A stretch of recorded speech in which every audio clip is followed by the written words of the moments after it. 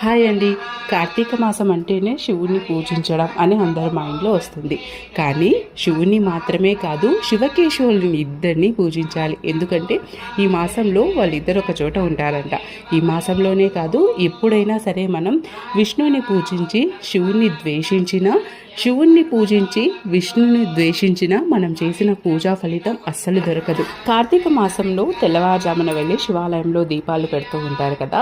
అయితే తెల్లవారుజామున చేసే దీపారాధన విష్ణువుకి చెందితే, సాయంత్రం పెట్టే దీపారాధన శివుడికి చెందుతుంది.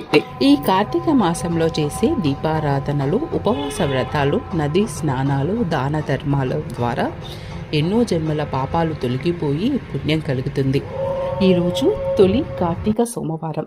నేనైతే ఎర్లీ మార్నింగ్ టెంపుల్కి అయితే వెళ్ళాను. అక్కడైతే ఆల్రెడీ భక్తులతో నిండిపోయింది గుడి అయితే. చాలా హ్యాపీగా అనిపిస్తుంది ఇలా ఎర్లీ మార్నింగ్ టెంపుల్కి వెళ్తే. సో ఈరోజైతే నేను టెంపుల్కి వెళ్ళి దర్శనం చేసుకొని వచ్చాను.